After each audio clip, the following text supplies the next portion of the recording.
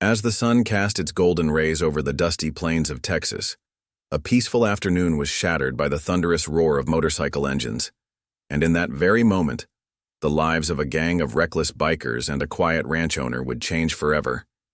But they didn't know the man whose wife they had just taken wasn't someone you'd want to cross. Before we dive into this story, hit that subscribe button because you won't want to miss what happens next. Daniel Cooper's life was simple. Just like the weathered fence posts and the creaking barn doors he maintained with his own two hands. A rancher by trade, he'd spent the better part of a decade tending to his cattle and horses on the outskirts of Silver Creek, Texas. His weathered face, lined by years of sun and hard work, held a quiet strength that came from living off the land. The modest ranch house he shared with his wife Jarah was nothing extravagant, but it was theirs, and it brought them peace. Every morning he greeted the sunrise with a slight nod, working alongside his wife as they tended to their daily chores. Jarah was the heart of their home, her gentle presence and warm smile making their simple life feel complete. She managed their household with the same care and attention that Daniel gave to their livestock, creating a haven of tranquility in the vast Texas landscape. But on this particular day, that calm would be shattered forever. As Daniel worked in the far pasture, checking on his cattle, a sound began to grow louder in the distance. A rumble, then a roar. A pack of motorcycles, their engines screaming like angry metal beasts, tore down the dusty road that passed by their ranch. Their reckless presence was no surprise to Daniel. He had often seen these bikers pass through their quiet town. Many loud, rowdy troublemakers had been terrorizing the locals for weeks, but today their chaos would be taken one step further. With a screech of tires and cruel laughter in the air, the bikers arrived at the ranch house. They slowed down as they spotted Jarah hanging laundry in the yard, her blonde hair catching the afternoon sun. The bikers, drunk on power and recklessness, decided to have their fun. Without warning, one of them revved his engine, speeding straight toward the clothesline, sending sheets and towels flying into the dusty air. The others followed, surrounding Jarah as she stumbled backward, their jeers cutting through the peaceful afternoon like knives. Daniel stood frozen in the distant pasture, his mind racing as he watched the scene unfold. He had always dealt with adversity. He had to, being a rancher in this unforgiving part of the world. But this was different. These weren't just disrespectful strangers. They were predators, and they had just targeted the one person who meant everything to him. His heart pounded as he rushed toward the house, his hands shaking with rage and disbelief. "Hey!" he yelled, his voice carrying across the open space, but the bikers ignored him, laughing even harder. They circled Jarah, their bikes kicking up clouds of dust, making her cough and shield her eyes. It felt as if every part of his life, every moment of peace they had built, was being mocked before his very eyes. Daniel took a deep breath, his fists clenched at his sides. His frustration burned at their audacity, at how they hadn't thought about who he might be for even a second. They had no idea who they were messing with, and it was becoming more apparent with every passing second that they had made a fatal mistake. The bikers were too busy terrorizing Jarah to notice Daniel's approach or the deadly calm that had settled over him. They didn't care about the man whose life they were upending.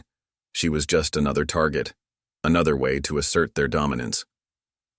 One of the bikers, a tall man with a snake tattoo coiling up his neck, dismounted and grabbed Jarah's arm roughly, making her cry out in pain. Daniel's jaw tightened as anger surged inside him.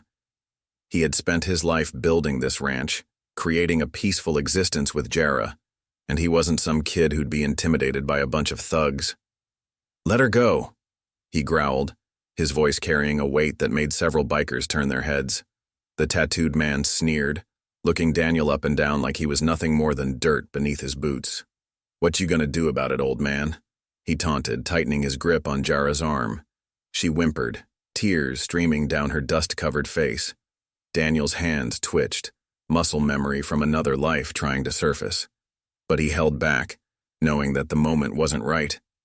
"You'll regret this," he muttered under his breath, not loud enough for them to hear, but firm enough for himself to feel the weight of his words.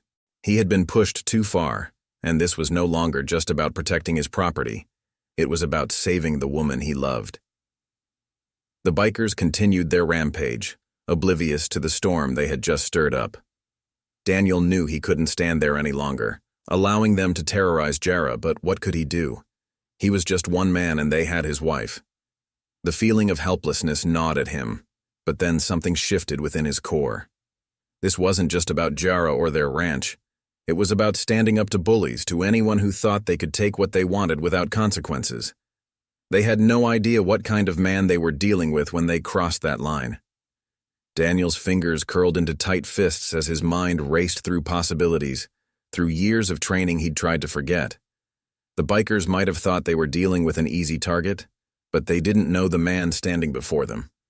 They didn't see the strength in his bones, forged through years of combat, through firefights and missions that had shaped him into something they couldn't comprehend. This was the moment Daniel's simple life on the ranch was about to collide with a reckless group of bikers who would soon learn a painful lesson. And Daniel? He was about to remind them that beneath the weathered skin and the dust of ranch life lay a man who had seen far more than they could ever imagine. The conflict was set. The path forward would be one of vengeance, redemption, and ultimately, the unveiling of a man who had been underestimated. The bikers' reckless game had awakened something inside Daniel, and they would soon realize that no one messes with a man's wife and gets away with it. Before Daniel Cooper became the quiet, hard-working rancher everyone underestimated, he was something far more dangerous. A man who could hit any target from impossible distances, a man whose past was buried beneath layers of hard work and peaceful living. But when his quiet life was shattered and Jarah was taken from him, Daniel was faced with a decision: either stay silent and watch everything he loved be destroyed, or unleash a storm these bikers would never forget. As the group began to move, dragging a struggling Jarah toward their bikes, Daniel's world narrowed to a single point of focus. The time for peace was over. Now it was time for action. They didn't know it yet, but they had just made the biggest mistake of their lives.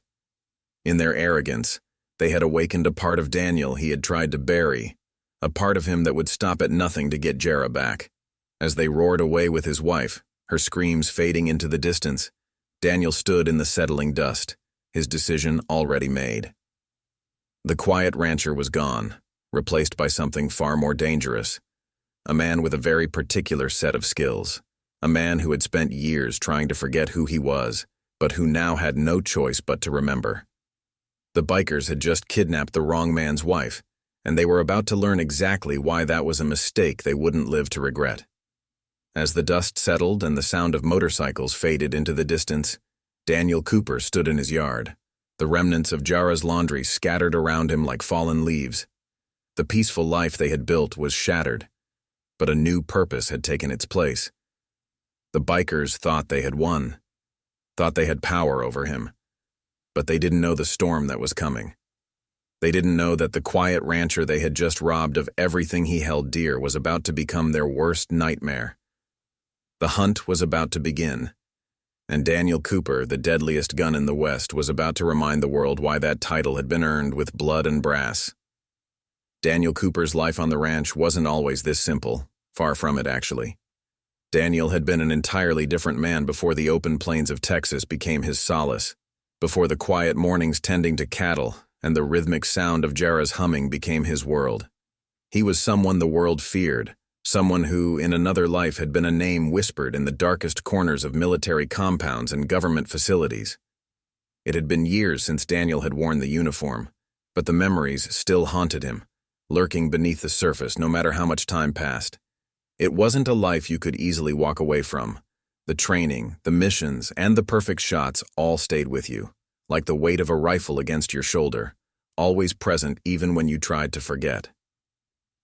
As a young man, Daniel had joined the military seeking purpose, following in his father's footsteps.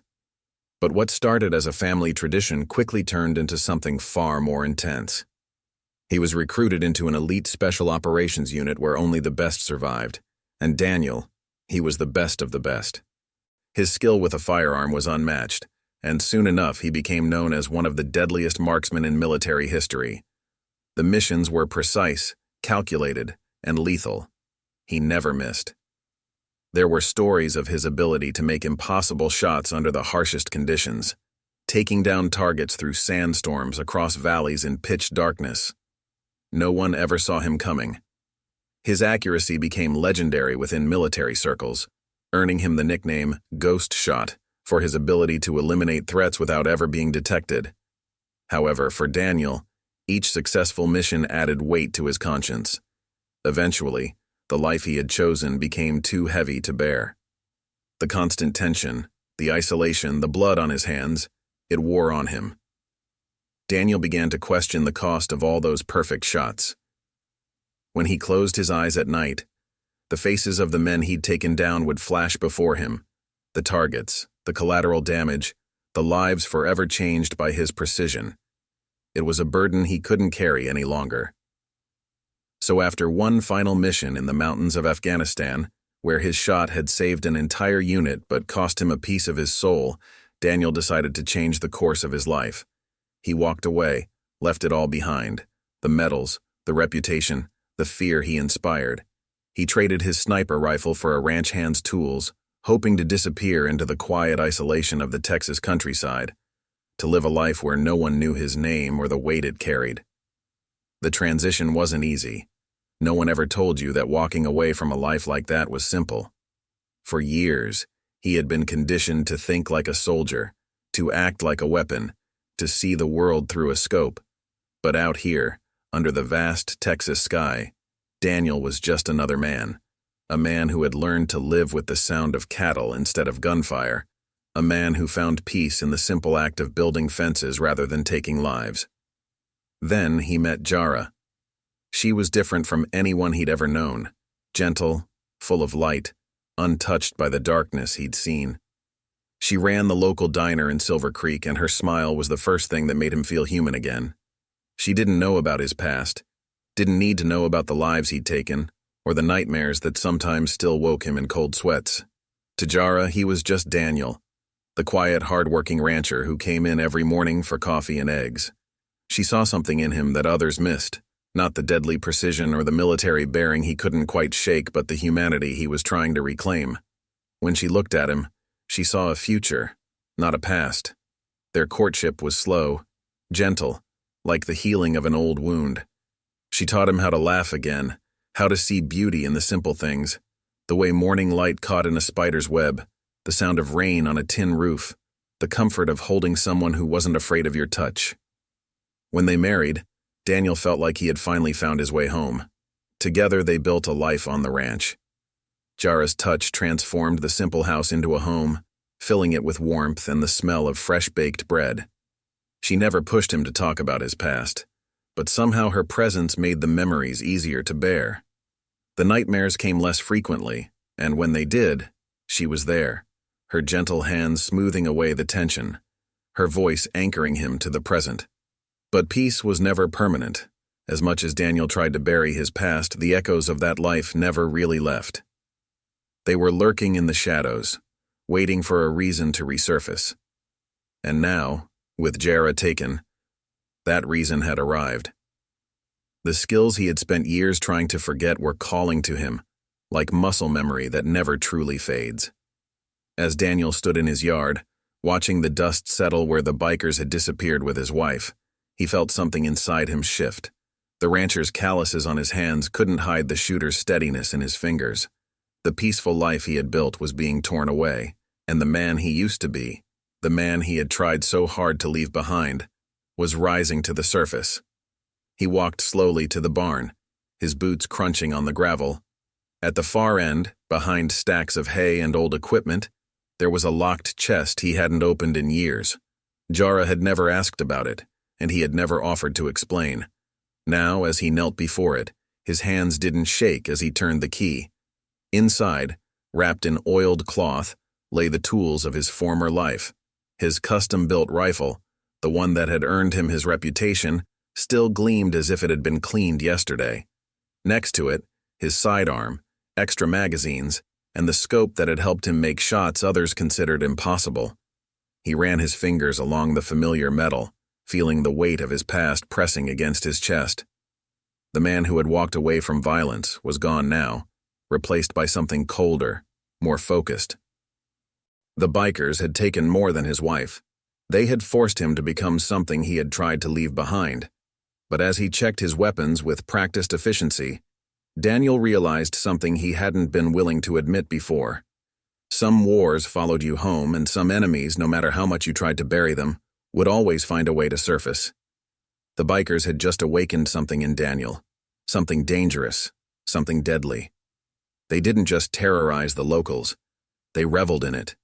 For them, power wasn't just a weapon, but a lifestyle. They didn't see the world as it was. They saw it as their playground, and the people around them were nothing more than pawns in their cruel games. But when they messed with the wrong man, the tables were about to turn in a way they never imagined. The roar of their engines was deafening. It wasn't just noise, it was a statement, a declaration of dominance. Their leader, a man known only as Razor Cain, stood at the front of their pack, his face hidden behind dark sunglasses, his leather jacket adorned with patches that spoke of violence and chaos. He wasn't just the leader by chance. He was a man who commanded respect through fear, a man whose very presence made people cower. The rest of the gang flanked him, all riding custom-built motorcycles that could shake the ground. Each member wore the same black leather jacket, but there was no mistaking the hierarchy. Razor was at the top, the unquestionable leader, followed by his closest associates. Mad Dog Martinez, the enforcer whose cold eyes never blinked, and Chain Wilson, the unpredictable one whose laughter often preceded violence. Daniel knew their type. He had seen them before, in other places, in another life. Men who confused cruelty for strength, who thought fear was the same as respect. They had no idea that real power often came wrapped in silence, that the deadliest force was the one you never saw coming. As he loaded his rifle, checking the sight with practiced ease, Daniel's mind was already calculating angles, distances, escape routes. The skills were still there, sharp as ever, waiting for this moment. The bikers had Jarah, but they had no idea what they had just started. They thought they had power because they could terrorize a small town, because they could take a man's wife and laugh about it. But they were about to learn what real power was, the kind that came from years of training, from countless missions where failure meant death, from the ability to put a bullet exactly where you wanted it from distances that seemed impossible. Daniel Cooper, the quiet rancher, was gone. In his place stood the man he used to be, the legend who had never missed a shot, the ghost who could end a fight before it began. The sun was setting now, casting long shadows across the Texas landscape. Daniel secured his weapons, moved with the same fluid grace that had once made him invisible on the battlefield. The bikers had his wife, but they had just made their first mistake. They had no idea that the man they had crossed was someone who could track a target across continents, who could wait days for the perfect shot, who could move through the darkness like a shadow. As he mounted his horse, faster and quieter than any motorcycle, Daniel felt the familiar calm settle over him. It was the same stillness that used to come before a mission, the clarity that made him so deadly. The bikers thought they had won, thought they had power because they had numbers and noise and brutality on their side. But they didn't understand that real power wasn't about how much noise you could make or how many people you could frighten. Real power was about precision, about patience, about knowing exactly when and where to strike. And Daniel Cooper, the deadliest shot in the West, was about to remind them of that lesson in a way they would never forget. The bikers' reputation wasn't built on honor or skill. No, they built their name through intimidation, through terrorizing those who lived peaceful lives in the small towns scattered across Texas. They didn't follow the rules of society because in their eyes there were no rules. They had the power, and that was all that mattered. With his ever-present sneer, Razor saw people as tools, objects to be used and discarded. If they didn't bend to his will, well, they learned the hard way. His gang had torn through countless communities, leaving broken spirits and shattered lives in their wake. It wasn't just about the fear they instilled. It was the way they enjoyed it, the way they sought out weakness, always looking for someone to break. Razor had led this pack with a heavy hand for years, never questioning their path. They were above everyone else. That's how they saw it. To them, people like Jarah Cooper were nothing more than pawns, insignificant figures in the grand scheme of their power trip. The ranchers, the shopkeepers, the quiet people living their lives. They were weak beneath the bikers, but Razor and his gang never understood that strength didn't always come from the loudest voice or the biggest weapon. It often came from the quietest places, from the people who had already been through hell and came out stronger on the other side. The Copper Wolves, as they called themselves, had a long history of taking what they wanted. They didn't pick fights with those who could fight back. They preyed on the weak, the quiet ones who wouldn't raise a hand in retaliation. They terrorized shop owners in small towns, smashed windows, and dragged innocent people from their homes. For them, it was a game to fuel their egos and prove their superiority. Razor didn't care about the locals or their well-being. Everything was fine as long as they feared him and bowed to his power. He wasn't a man of patience, but he was a man of control, and his control extended to everyone in his gang. No one dared defy him, not Mad Dog, not Chain, not anyone. They were all pawns in his game, following his every command without question. The Copper Wolves had become a symbol of terror, a reminder of the darkness that could exist in the world. And for Razor, it was a rush.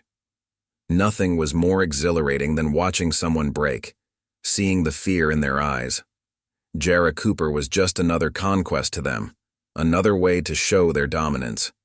They had taken her to their compound, an abandoned ranch house 20 miles outside of town.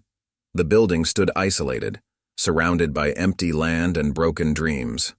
Inside, Jarah sat bound to a chair. Her tears had dried, replaced by a quiet defiance that irritated Razor more than her crying had. "Your husband ain't coming for you," Razor taunted, circling her like a predator. "And if he does, well..." He let out a cruel laugh that echoed through the room. "He'll learn what happens to people who cross the Copper Wolves." Jarah lifted her chin, her voice steady despite her fear. "You don't know my husband." The words made Razor pause, something in her tone catching his attention, but he brushed it off with another laugh. "What's to know? Just another rancher, thinking he owns a piece of this land. We've dealt with his type before." But Jarah knew something they didn't. She had seen glimpses of it over the years, the way Daniel moved sometimes, with a predator's grace that belied his rancher's appearance. The way his eyes would scan a room when they went into town, always aware, always alert. The nightmares that sometimes gripped him, leaving him drenched in sweat, muttering about targets and distances. She had never asked about his past, knowing he would tell her when he was ready. But she had pieced together enough to know that the quiet man she married carried deeper waters than anyone suspected. Now, watching these bikers swagger around, so sure of their power, she felt an odd mix of fear and pity. They had no idea what they had just unleashed. Meanwhile, Daniel was moving through the gathering darkness like a ghost. He had tracked the bikers easily. Their arrogance made them careless, leaving clear signs for anyone who knew how to look. His horse moved silently across the Texas landscape, each step bringing him closer to his target.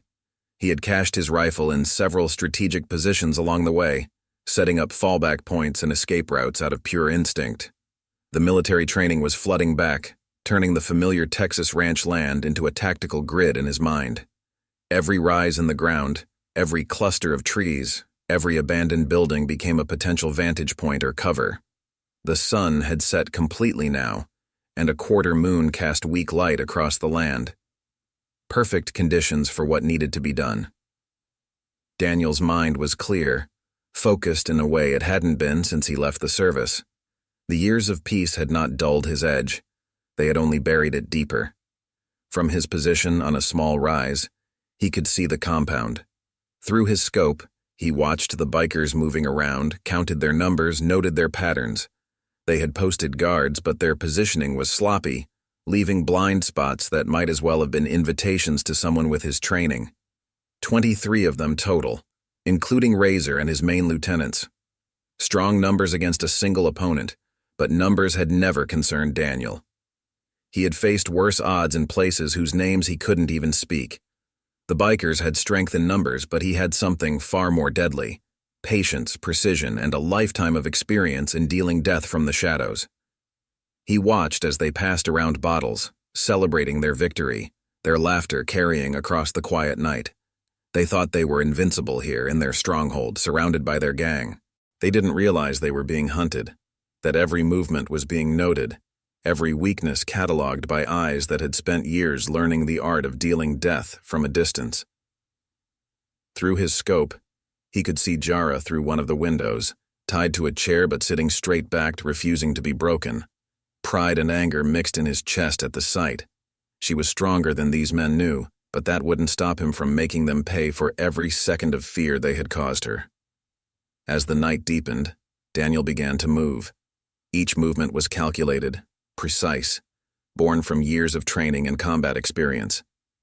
He ghosted from shadow to shadow, closing the distance to the compound. The bikers' motorcycles were parked in a cluster, their chrome gleaming dully in the moonlight. It would have been easy to sabotage them, but Daniel had other plans. He wanted them operational.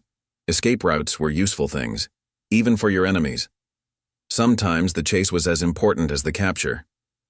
He noted the guard positions, the way they walked their patrols, more focused on their cigarettes than their surroundings. They were amateurs playing at being soldiers, and against a true professional they might as well have been standing still with targets painted on their backs. Daniel settled into a position that gave him clear lines of sight to both the main entrance and the side door. Through his scope he could see Razor clearly now, gesturing wildly as he spoke to his men. The gang leader's face was twisted in a cruel smile as he looked at Jarah, and Daniel's finger tightened slightly on his rifle's trigger. But he held back. This wasn't about revenge. Not yet. First, it was about rescue, about getting Jarah to safety. The reckoning would come later, when she was safe and he could focus entirely on teaching these men the true meaning of fear. For now he had to be patient, had to wait for the right moment. The Copper Wolves' actions weren't isolated incidents. They were part of a pattern, a way of life. They didn't just break the law. They relished doing so, knowing that their presence would send others into a frenzy of fear and submission. They had no respect for authority, no regard for human dignity, and no empathy for those they hurt along the way. But this was the thing about bullies. They consistently underestimated their victims. They always believed that the people they tormented would take it, that they would bow their heads and accept their fate. But the world had a way of shifting, and sometimes the weakest of people turned out to be the strongest of all. Razor and the rest of the gang had no idea they were about to face the most dangerous person they had ever crossed paths with, the one they had no chance of controlling. They thought they could walk into Daniel Cooper's life, take his wife, and leave without consequence. But they had just made their first mistake. They didn't know it yet. But with every passing minute, they were inching closer to a nightmare they had no hope of surviving. Daniel had spent years running from his past, but the world had a way of dragging you back in, whether you liked it or not. And now, as he lay in position, his breath steady and his aim true, he knew that the time for running was over.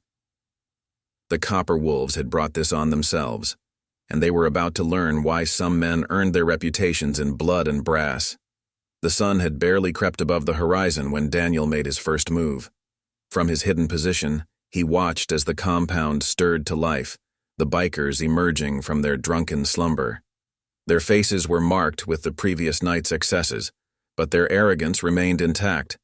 Through his scope, he could see Jarah still tied to the chair, exhausted but unbroken. Razor emerged from the main building, stretching in the early morning light. His leather vest gleamed dully, the Copper Wolves patch a stark reminder of everything they stood for. He barked orders at his men, sending some to patrol the perimeter while others began their morning routines. Their movements were lazy, unconcerned. They thought they were safe here in their territory. Daniel had spent the night studying their patterns, marking each guard position, noting every blind spot. Now, as the compound came to life, he began to put his plan into motion. The first step was simple: create confusion, make them question their security, make them realize that their sanctuary wasn't as safe as they thought. With careful precision, he lined up his first shot, not at any of the bikers, not yet.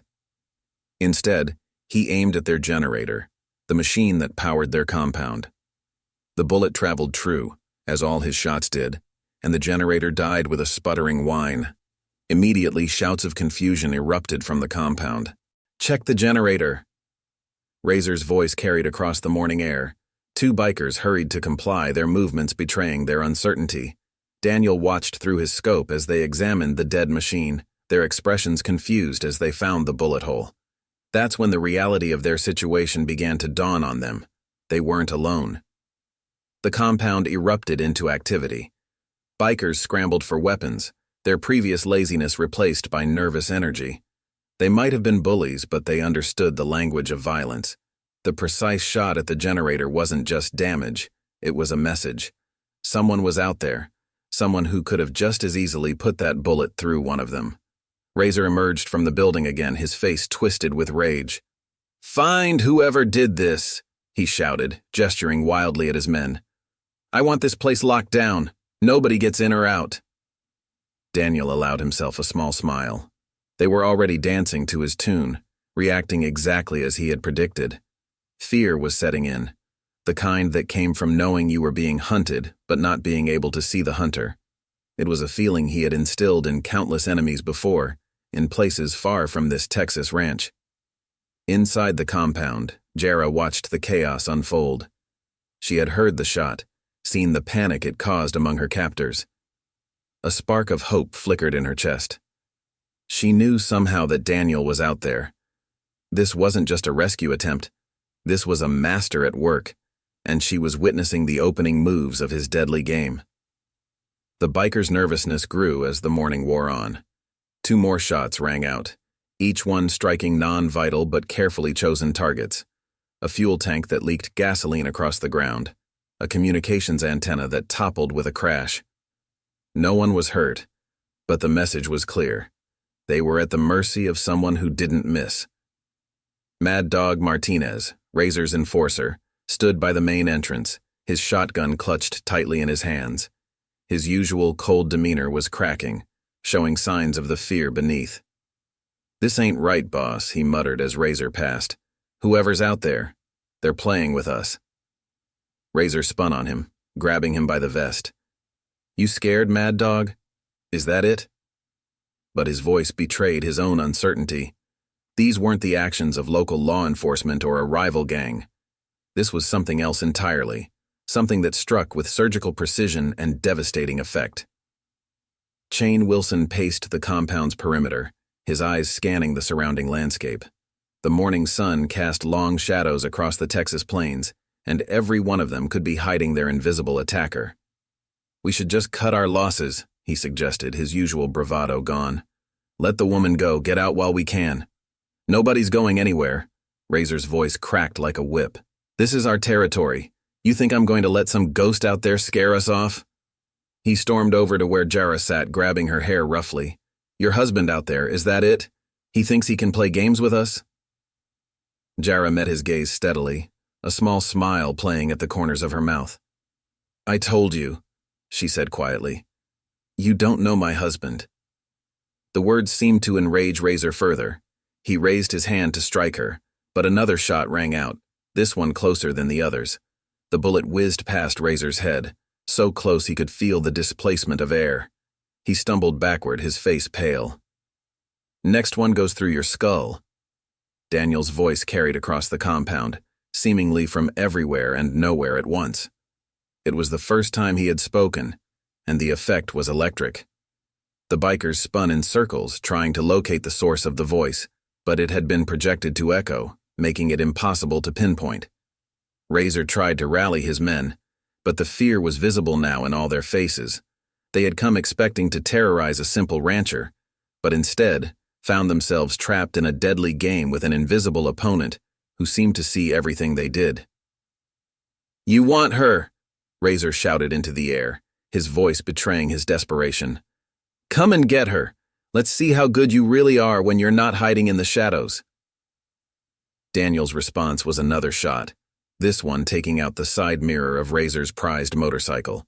The message was clear. He could hit anything he wanted, at any time. The fact that none of them were dead yet was not mercy. It was calculation. The bikers huddled together, their earlier bravado completely evaporated. They had never faced anything like this. An enemy they couldn't see, couldn't fight, couldn't intimidate.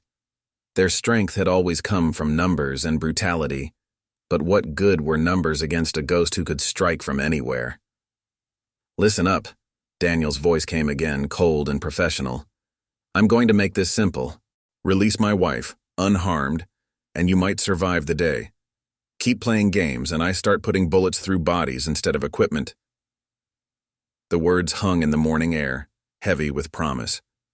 Several of the bikers looked to Razor, waiting for his decision, but their leader's face was a mask of conflicting emotions, fear warring with pride, desperation with anger.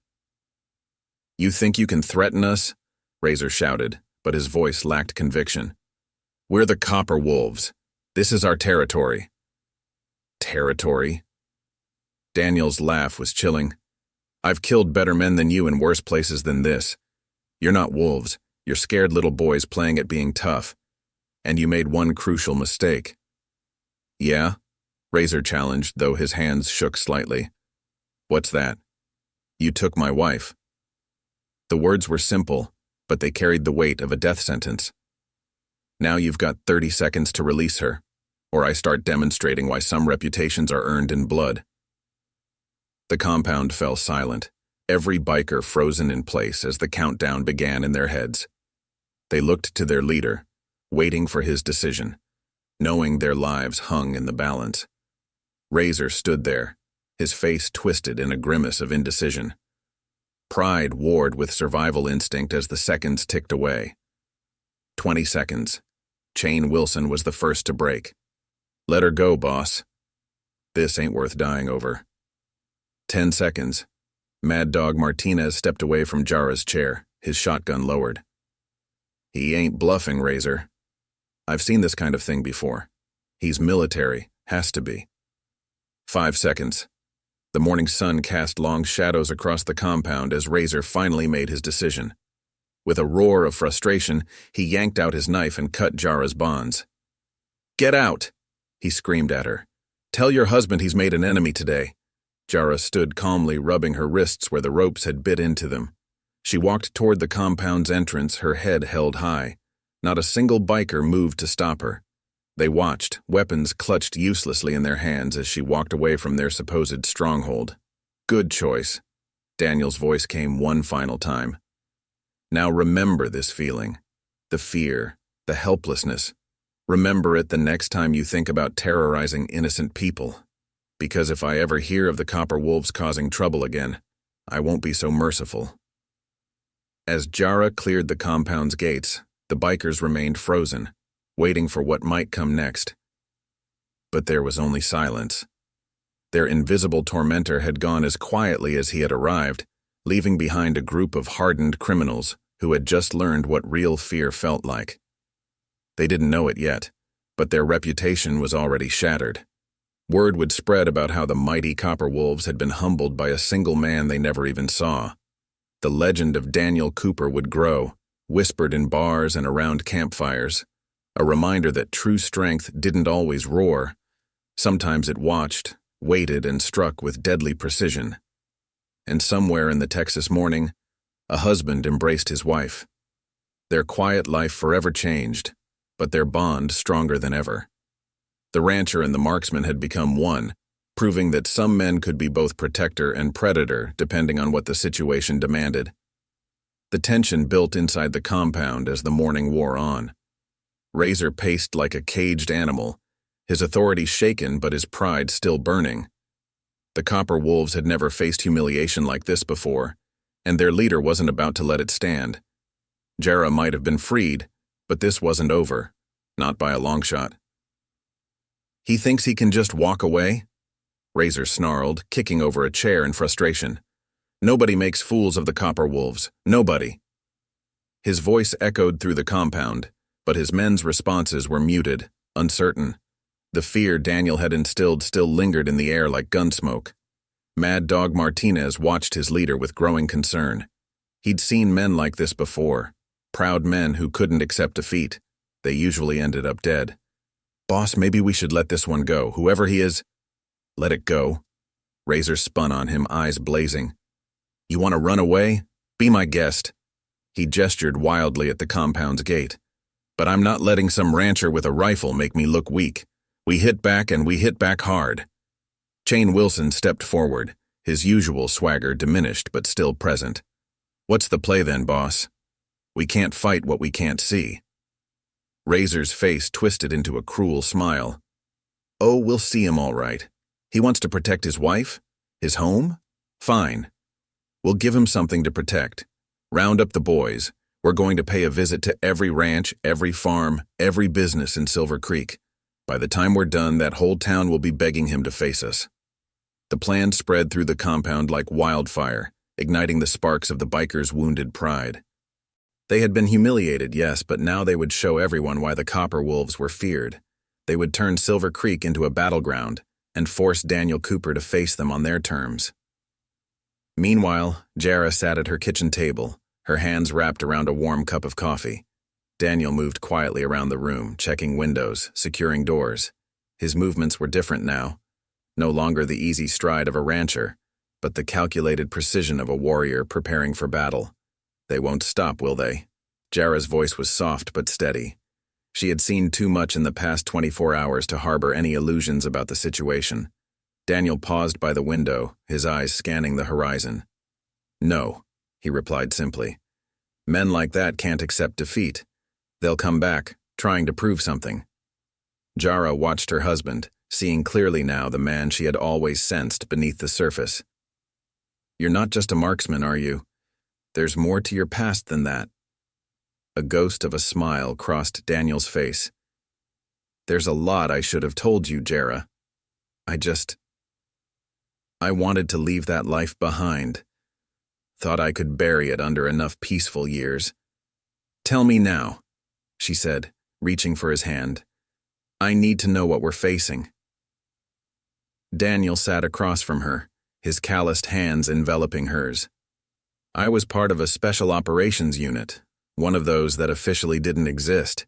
We handled the missions that couldn't fail, the targets that had to be eliminated without any traces leading back to our government.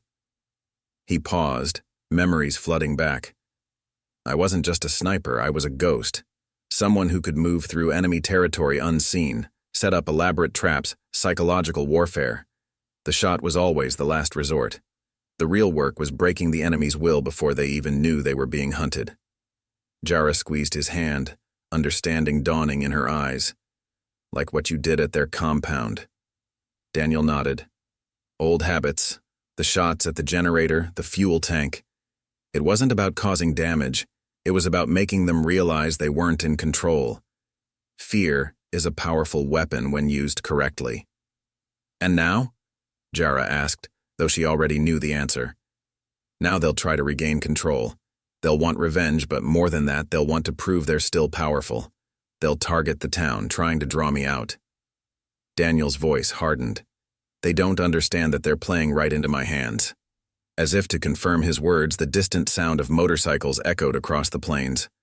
Daniel was on his feet instantly, moving to the window. Through his binoculars, he could see a group of bikers heading toward Silver Creek, their leather jackets catching the morning sun. It's starting, he said quietly. They're going to try to terrorize the town, make everyone suffer until I face them directly. He turned to Jarah, his eyes serious. I need you to get somewhere safe. Take the truck, head to your sister's place in Austin. But Jarah stood her ground, chin lifted in defiance. This is our home, Daniel. I'm not running. Jarah. I've seen what you can do now, she interrupted. I trust you. And these people, our neighbors, our friends, they're going to need help. Let me be part of that help. Daniel studied his wife, seeing the strength that had first drawn him to her. She was right. Running wasn't the answer. The town would need someone they trusted, someone who could keep them calm while he worked from the shadows. All right, he conceded, but we do this smart. I'll need eyes in town, someone who can keep me informed of their movements. He moved to the gun cabinet, pulling out a small radio. Take this. Stay in touch. And Jarah? He paused, looking at her intently. If things go bad, you get out. No arguments. She nodded, understanding the gravity of the situation. What's your plan? Daniel checked his rifle, his movements automatic after years of practice. They want to play psychological warfare? Fine, but they're about to learn why you don't challenge a master at his own game. In town, the first sounds of chaos were already beginning. The copper wolves roared down Main Street, their engines drowning out the peaceful morning. They stopped at Morton's General Store, the first business they saw. Chain Wilson kicked in the front door while others smashed windows, their message clear. This was just the beginning. But what they didn't know, what they couldn't know, was that Daniel Cooper had already anticipated this move. He had spent the early morning hours setting up observation points throughout Silver Creek, creating a web of surveillance that would let him track their every move. From his position on the water tower, he watched through his scope as the bikers wreaked havoc. Each act of destruction was noted, each face marked. They thought they were sending him a message, but they were really just making his job easier, showing him their patterns, their preferences, their weaknesses. The Copper Wolves had chosen to escalate the situation, thinking they could force him into the open. But Daniel had spent years learning how to turn an enemy's aggression against them, how to use their own actions to engineer their downfall. Every move they made would bring them one step closer to their own destruction. As the morning wore on, the bikers' rampage continued. They moved from business to business, leaving a trail of broken glass and terrified citizens. But already, Daniel's influence was at work. Jarah moved through the town, quietly organizing people, setting up safe houses, establishing communication networks. The town wouldn't be helpless. They would be his eyes and ears, part of an invisible net slowly closing around the Copper Wolves. The stage was set for something the bikers could never have anticipated. They thought they were hunting a man, but they were really walking into a trap that had been years in the making. Daniel Cooper might have left his military life behind, but he had never forgotten the skills that had made him legendary. Now those skills would serve a new purpose, protecting his home, his wife, and his town from men who had mistaken kindness for weakness. The real battle was about to begin, and the Copper Wolves were about to learn why some men earned their reputations in blood and darkness. They had wanted his attention. Now they had it. And they would soon wish they had never heard the name Daniel Cooper. The Copper Wolves tore through Silver Creek like a storm, leaving destruction in their wake. Storefronts were shattered, merchandise scattered across sidewalks, and the peaceful morning air filled with the sound of breaking glass and revving engines. They thought they were sending a message to Daniel Cooper, but they didn't realize they were just confirming what he already knew about them.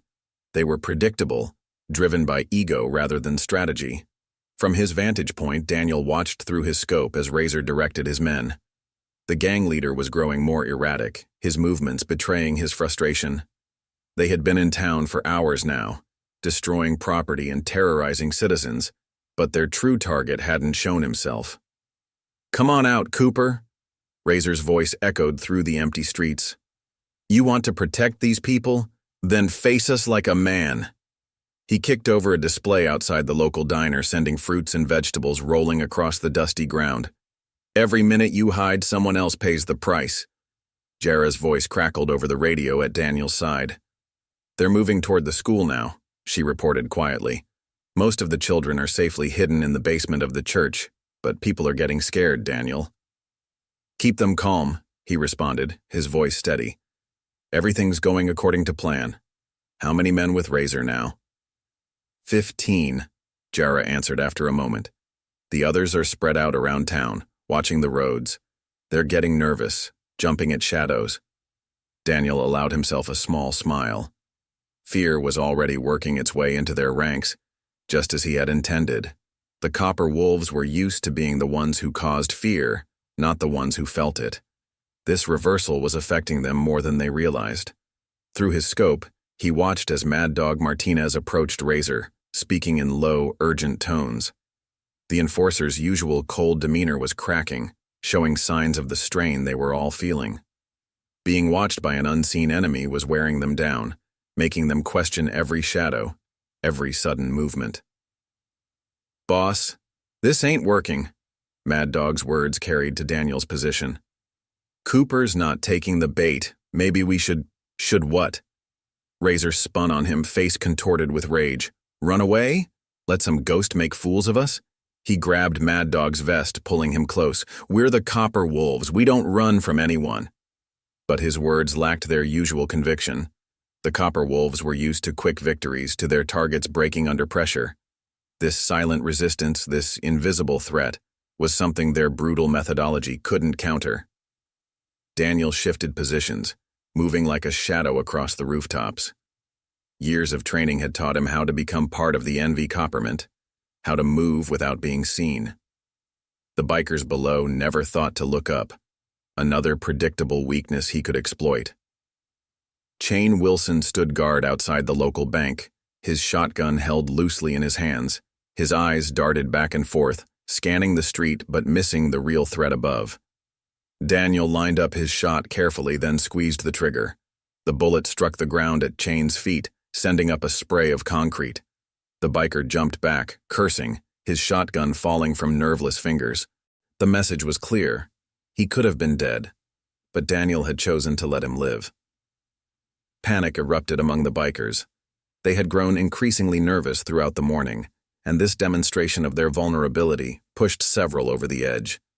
3 of them ran for their bikes, ignoring Razor's shouted commands to stay put. "Anyone who runs is dead!" Razor screamed, but his authority was slipping. The Copper Wolves were fracturing under the pressure, their pack mentality crumbling in the face of an enemy they couldn't fight. Jarah's voice came over the radio again. "Daniel, Mrs. Henderson from the pharmacy says they're running low on their nerve. 2 more just left town heading east." "Good," Daniel replied. "The more they split up, the easier they'll be to handle. How's everyone holding up?" "Scared, but strong. Sheriff Matthews has quietly organized some of the men. They're ready to help if needed." Daniel nodded to himself. The town's resistance wasn't part of his original plan, but it could be useful. The more the Copper Wolves felt cornered, the more mistakes they would make. Another shot rang out, this one taking the side mirror off a motorcycle. Then another punching a hole through a gas tank. Each shot was carefully placed, designed not to kill but to remind the bikers that they were at the mercy of someone who didn't miss. "He's toying with us," Chain shouted, his voice cracking. "This is what he did at the compound." Razor paced in the middle of the street, his control over the situation slipping away with each passing moment. He had expected Cooper to come charging in, trying to play the hero. Instead, they were being picked apart by an enemy they couldn't see or fight. "Search every building," he commanded, desperation edging into his voice. "Find him. He has to be somewhere." But Daniel was already moving again, using the techniques that had kept him alive in war zones across the world. Each shot came from a different position, making it impossible for the bikers to pin down his location. Their frantic searches only tired them out, making them more prone to mistakes. Jarah continued to feed him information about the bikers' movements, while quietly organizing the townspeople. The Copper Wolves had expected to find a town paralyzed by fear. Instead, they found themselves in the middle of an invisible resistance, guided by a man who had turned their own tactics against them. As the day wore on, more bikers broke ranks. They left in 2s and 3s, their fear of Razor's retribution outweighed by their fear of the invisible sniper, who seemed to be everywhere at once. The Copper Wolves' fearsome reputation was crumbling, replaced by the growing legend of the man who had brought them down without firing a single fatal shot. "Cooper!" Razor's voice was hoarse now, his frustration evident. "You think this changes anything? You think picking us off one by one makes you tough? Face me. Just you and me." Daniel watched through his scope as the gang leader spun in circles, challenging empty air. The man's composure had completely cracked, his earlier arrogance replaced by desperate bravado. This was the moment Daniel had been waiting for, when the enemy's leader lost control not just of his men but of himself. "Their numbers are down to 8 now," Jarah reported. "The ones left are Razor's core group, but even they're looking shaky." "Time to end this," Daniel replied, already moving to his final position. The Copper Wolves had started this thinking they could break him by threatening his town. Instead, he had broken them using their own fear and arrogance against them. The sun was beginning to set, casting long shadows across Silver Creek's main street. The remaining bikers huddled together near their motorcycles, jumping at every sound. They had come expecting to be the hunters, but had spent the day as prey, and the experience had shattered their confidence. Daniel lined up his final shot of the day, aiming carefully at the gas tank of Razor's prized motorcycle. The bullet struck true, sending fuel spilling across the ground. The message was clear. It was time for the Copper Wolves to leave while they still could.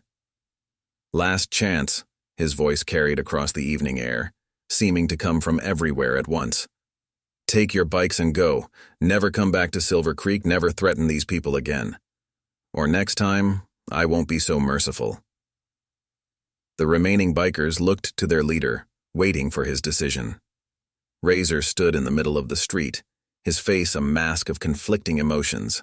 Pride warred with survival instinct as the reality of his situation finally sank in. They had come to Silver Creek thinking they were the most dangerous thing in Texas. Instead, they had found something far deadlier, a man who had turned their own tactics against them, who had broken their spirit without ever being seen. The legend of the Copper Wolves had been shattered, replaced by the growing myth of Daniel Cooper, the rancher who had brought them down with surgical precision. As the bikers mounted their motorcycles and roared out of town, the sun setting behind them, Daniel knew the message would spread. The Copper Wolves had been beaten not by superior numbers or firepower, but by a single man who had used their own fear against them. It was a lesson they wouldn't soon forget. The time for running from his past was over. Daniel Cooper had found a way to use his skills not for war, but for protection. He had defended his home, his wife, and his town without becoming the killer he once was. Some reputations, he realized, were best earned not through blood, but through the strategic application of fear and precision. The sun dipped low on the horizon, casting long shadows across the empty streets of Silver Creek. The Copper Wolves had retreated, their fearsome reputation in tatters, leaving behind only broken glass and shattered pride. Daniel Cooper stood on the roof of the general store, his rifle still warm in his hands, watching the last traces of dust settle in their wake. Through his scope, he tracked their departure until they were nothing more than specks in the distance. Years of training had taught him never to assume a threat was neutralized until you were absolutely certain. But as the minutes ticked by and the silence held, he allowed himself to acknowledge that this chapter, at least, was over. Jarah's voice crackled over the radio one final time. "They're gone, Daniel. Really gone. Sheriff Matthews had some men follow them to the county line. They're heading east, fast as their bikes can carry them." Daniel's response was quiet, measured. "Keep everyone inside for another hour. Sometimes they circle back thinking they're clever." But he knew they wouldn't return, not today, maybe not ever. He had seen that look before, in other men's eyes, in other places. The Copper Wolves had been broken not by bullets or force, but by the slow, methodical destruction of their confidence. They had come expecting to be predators, and found themselves prey instead. As the evening deepened, Daniel made his way down from his perch, moving with the same fluid grace that had kept him invisible throughout the day. The streets were eerily quiet, littered with the debris of the bikers' frustrated rampage. Broken glass crunched under his boots as he walked, cataloging the damage with a soldier's precision. The town had suffered, yes, but it could have been much worse. Property could be repaired, windows replaced, doors rehung. What mattered was that no lives had been lost, no blood had been spilled. He had achieved what so few in his former profession ever managed: victory without death. Jarah met him outside the church, where many of the townspeople had taken shelter. She looked tired but unbroken, her eyes bright with the same strength that had first drawn him to her. Without a word, she stepped into his embrace, and for a moment, they just held each other, feeling the tension of the past 24 hours begin to ebb away. "You did it," she whispered against his chest. "You protected us all." Daniel's arms tightened around her. "We did it. Your courage, helping organize everyone, keeping them calm, that was just as important as any shot I took." The church doors opened, and people began to emerge, blinking in the evening light. They looked at Daniel differently now, with a mixture of awe and uncertainty. The quiet rancher they had known had revealed himself to be something else entirely, and they weren't quite sure how to process that revelation. Sheriff Matthews approached, his weathered face serious. "Cooper," he said, extending his hand. "Reckon we owe you a debt of gratitude. Though I got to admit, I'm curious about where a rancher learns to do what you did today." Daniel shook the offered hand, meeting the sheriff's gaze steadily. "Some stories are better left untold, Sheriff. Let's just say I learned these skills serving our country and leave it at that." The sheriff nodded slowly, understanding in his eyes. He had seen enough veterans come through his town to recognize the signs. "Well, whatever your past, you're a hero to these people now. The Copper Wolves have been terrorizing towns across 3 counties. Nobody stood up to them like this before." "I'm no hero," Daniel replied quietly, "just a man protecting his home." But word was already spreading. As the townspeople emerged from their shelters and began the process of cleaning up, the story of how one man had driven off the notorious Copper Wolves began to take shape. Each telling grew more elaborate, more legendary. Some swore they had seen him move like a ghost across rooftops. Others claimed he could shoot the flame off a match at 1,000 yards. Daniel listened to the growing legends with a mixture of amusement and concern. He hadn't wanted this kind of attention. It was the opposite of the quiet life he had sought when he came to Silver Creek. But as he helped board up broken windows and sweep away glass, he realized something important. Sometimes the past didn't need to be buried, just repurposed. Mr. Morton, whose general store had taken the brunt of the bikers' initial rage, summed it up best as they worked together to salvage what they could. "You know, Cooper," the old man said, "some folks might be scared knowing what you can do. But me? I sleep better knowing we got someone like you watching over us." As night fell fully, the town began to settle. Lights came on in houses, families reunited, and the process of returning to normal began.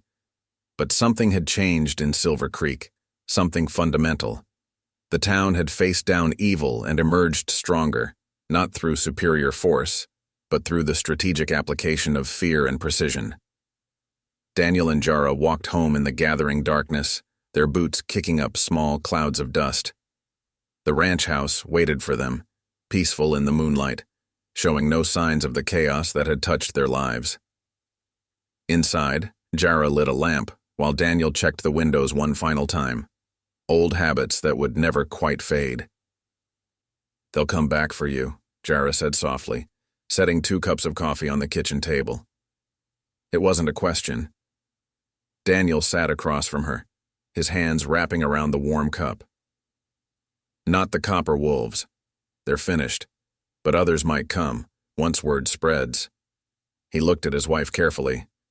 "We could leave, find somewhere quieter." Jarah reached across the table, taking his hand. "This is our home, Daniel. Whatever comes, we face it together." She smiled slightly. "Besides, I kind of like being married to the deadliest gun in the West." He couldn't help but chuckle at that. "That's not who I am anymore." "No," she agreed. "You're something better. You're a protector now, not just a warrior. You found a way to use your skills for something good, something noble." Daniel considered her words, feeling their truth settle into his bones. He had spent so long running from his past, trying to bury the man he had been. But today had shown him that perhaps that man still had a purpose, still had something to offer the world. The night deepened around them, peaceful now in a way it hadn't been before. Out in the darkness, crickets chirped their endless song, and a cool breeze carried the scent of sage through the open window. This was what he had fought for today. Not just their safety, but their way of life. The simple beauty of a quiet evening at home. Tomorrow, the town would begin rebuilding. Windows would be replaced, doors repaired, order restored. The story of how Daniel Cooper had driven off the Copper Wolves would spread, growing with each telling until it became part of the local legend. But for now, in this moment, he was content to sit with his wife in their kitchen, feeling the weight of the day's events begin to fade. The deadliest gun in the West had found a new purpose, a new way to use his skills. Not for war or violence, but for protection, for justice, for peace. Some men spent their lives running from who they were. Daniel Cooper had finally learned to embrace it, to find balance between the warrior he had been and the protector he had become. As he and Jarah sat together in the quiet kitchen, he realized that sometimes the greatest victories came not from the shots you took, but from the ones you didn't have to take. The Copper Wolves had learned that lesson today, and any others who thought to threaten Silver Creek would learn it too. The quiet rancher with the deadly aim would be watching, ready to defend his home and his people, not with violence, but with the precise application of fear and skill that had made him legendary in another life. The night stretched on, peaceful and sure, while somewhere in the distance, the story of Daniel Cooper, the deadliest gun in the West, began to spread, a reminder that true strength often came wrapped in quiet dignity, and that some legends were born not from killing, but from knowing when not to kill. The following days settled into an uneasy rhythm. Silver Creek began to heal, its broken windows replaced, its streets cleared of debris. But something had changed in the small Texas town, a shift in the air, in the way people carried themselves. They had faced down evil and survived, not through superior numbers or force, but through the strategic brilliance of one man. Daniel Cooper's name was whispered in the saloons and diners, his story growing with each retelling. Some claimed he could shoot a playing card edge-on at 500 yards. Others swore he could move without making a sound, appear and disappear like a ghost in broad daylight. The quiet rancher had become something larger than life, a legend born not from violence, but from protection. The Copper Wolves' humiliation spread even faster than Daniel's legend. Word traveled through the criminal underground about how the fearsome gang had been broken by a single man they never even saw. Their reputation, built on years of intimidation and violence, crumbled in the face of this new story. Other gangs began to give Silver Creek a wide berth, not willing to risk facing the invisible protector who had brought down the mighty Copper Wolves. But Daniel paid little attention to the growing myths about him. He returned to his ranch work, mending fences and tending to his cattle as if nothing had changed. Yet there was a difference in how he carried himself now, no longer hiding his capabilities, but not flaunting them either. He had found a balance between the warrior he had been and the rancher he had become. Jarah noticed the change in him too. The weight of secrecy had lifted from his shoulders, replaced by a quiet confidence. She would catch him sometimes standing on their porch in the evening, scanning the horizon with the same precise attention he had used during the confrontation. But now it wasn't just habit, it was purpose. "You're not just watching for threats anymore, are you?" she asked one evening, joining him on the porch with 2 cups of coffee. Daniel took the offered cup, his eyes still on the distant hills. "No," he admitted. "Now I'm watching over something worth protecting." The town had changed its attitude toward him as well. Where once there had been friendly but distant neighborliness, now there was respect tinged with something deeper, trust. They had seen what he could do, seen how he had used his skills not for destruction but for defense, and they had embraced him for it. Sheriff Matthews made a point of stopping by the ranch more frequently, usually with questions that had nothing to do with law enforcement. He never directly asked about Daniel's past, but his conversations often circled around tactical matters, seeking advice without explicitly requesting it. "Had word of some troublemakers over in Carson County," he mentioned one afternoon, leaning against his patrol car.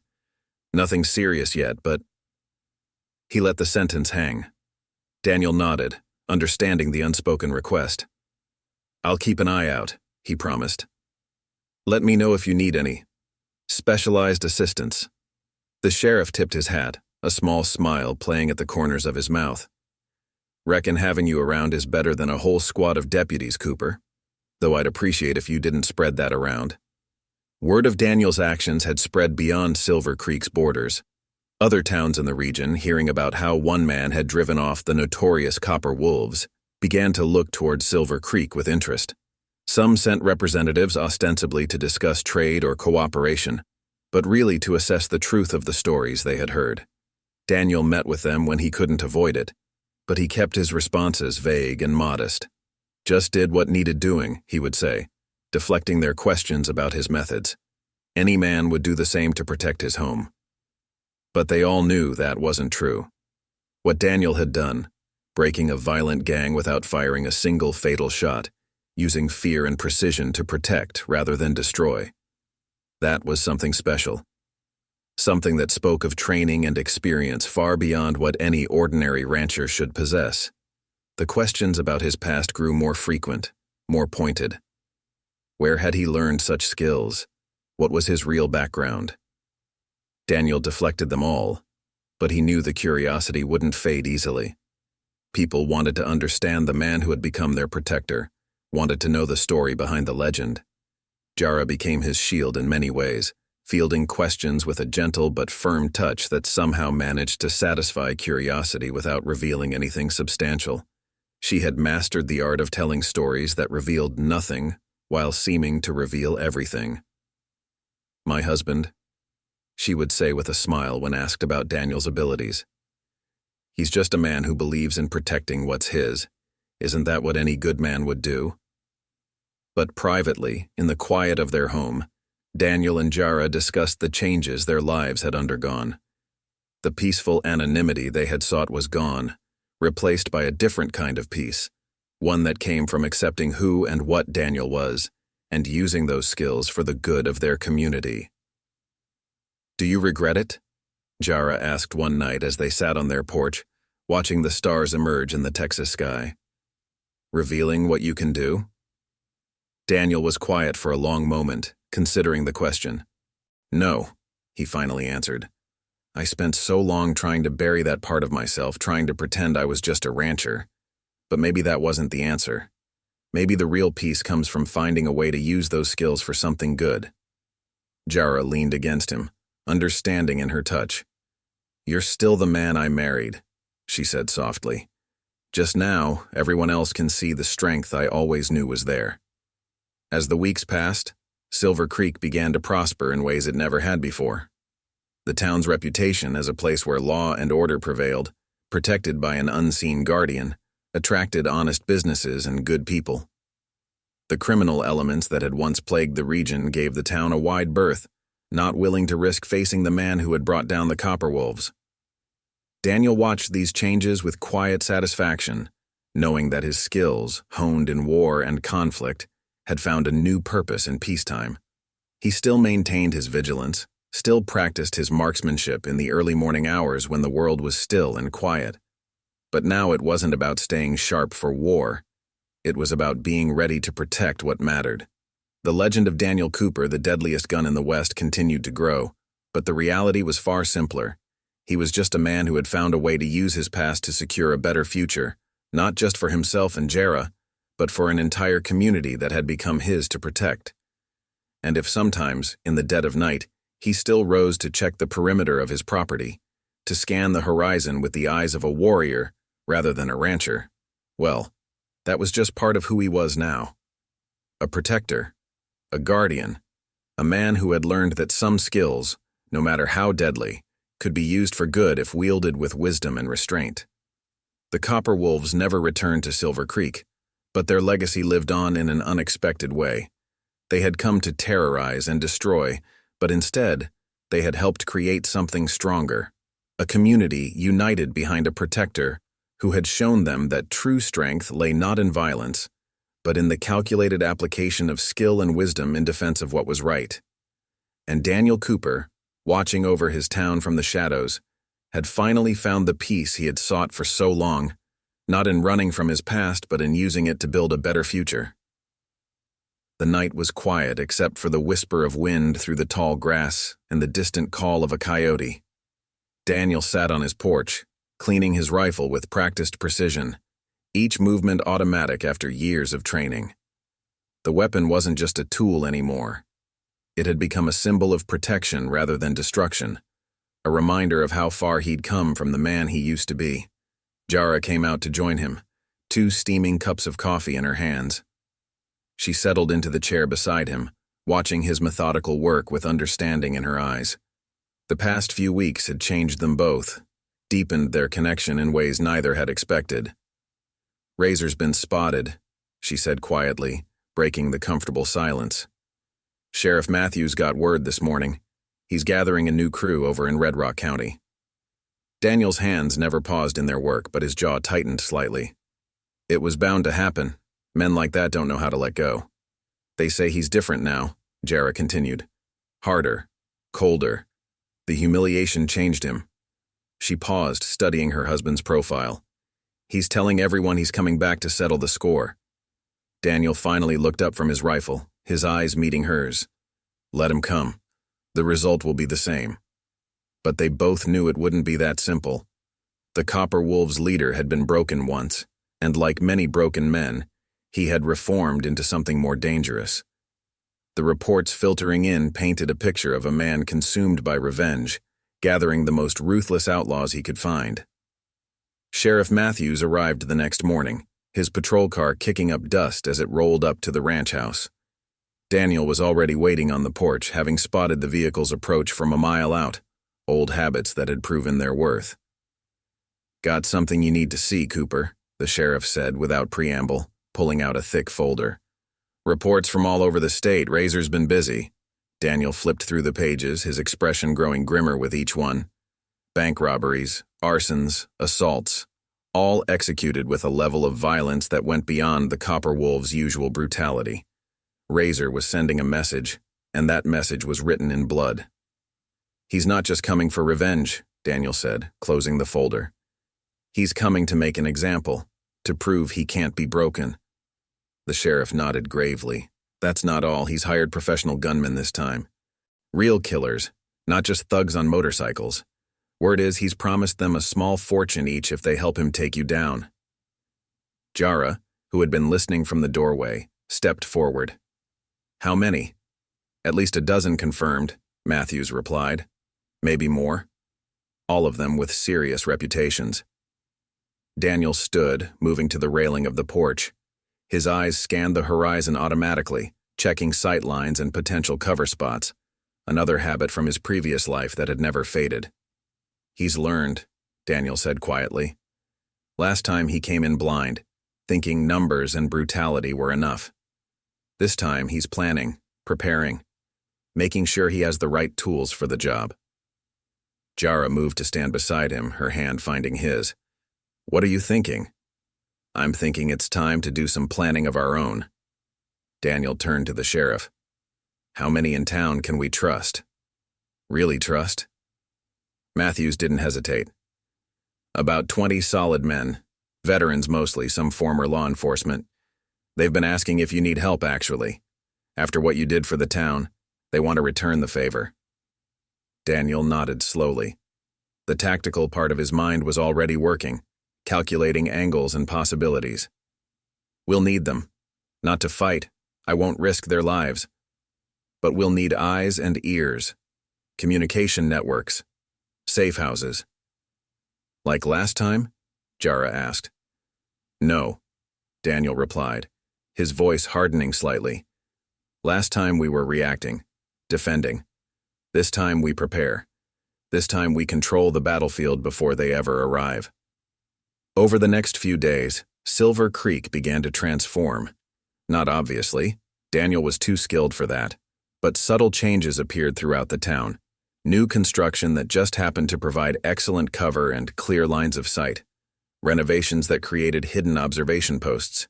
Communication systems disguised as ordinary improvements to the town's infrastructure. Daniel met with the volunteers Matthews had mentioned, each one carefully vetted. He didn't train them to fight. That wasn't their role.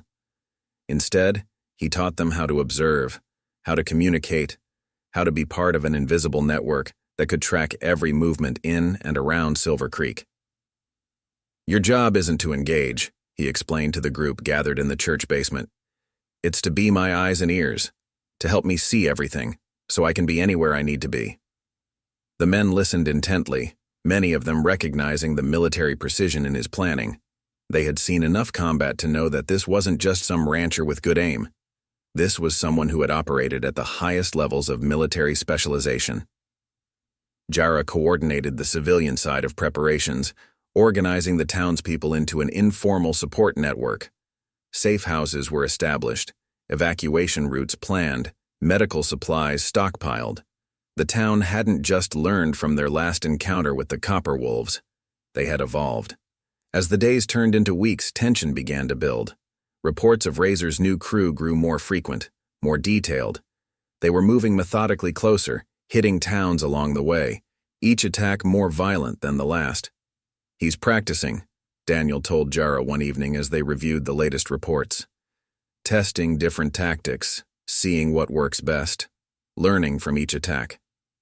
Jarah studied the map they'd spread across their kitchen table, markers showing the pattern of Razor's movements. "He's coming straight for us. No attempt to hide it." "He wants us to know," Daniel agreed.